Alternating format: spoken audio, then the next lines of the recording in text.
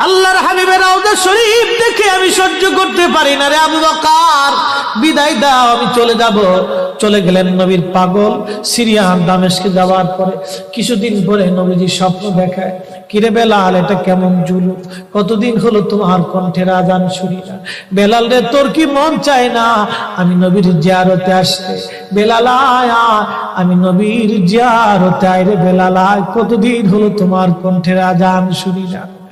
স্বপ্ন যখন নবীজি দেখাইছে, এ মুসলমান, হযরতে বেলাল সুদূর সিরিয়ার দামেস্ক থেকে পাগলের মতো দৌড়াইলেন, পাগলের মতো ছুটে আসলেন। যখন মদিনাতে আসলেন তখন তাহাজ্জুদের সময় চলতেছিল। তাহাজ্জুদের সময় চলার সময় হযরত বেলাল রাদিয়াল্লাহু আনহু কাঠের জালি দিয়ে তখন রওজা শরীফ ঘিরে রাখা ছিল।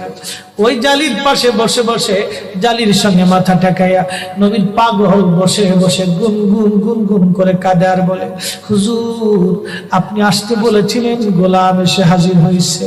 নবী গো, আজান দিতে বলেছেন, আমি আজান দিলে আপনি আগে নামাজে আসতেন, এখন আজান দিলে কি নবী আপনি নামাজে আসবেন? হুজুর, এখন আজান দিলে কি আপনি নবী নামাজে আসবেন? নতুন মুয়াজ্জিন আসছে আজান দেওয়ার জন্য, এসে দেখে নবীর মুয়াজ্জিন বেলাল কাঁদে।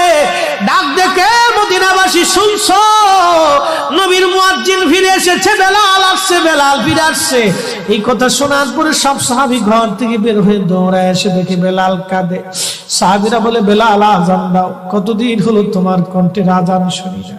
বেলাল আজান দাও, কতদিন হলো আজান শুনি না রে বেলাল।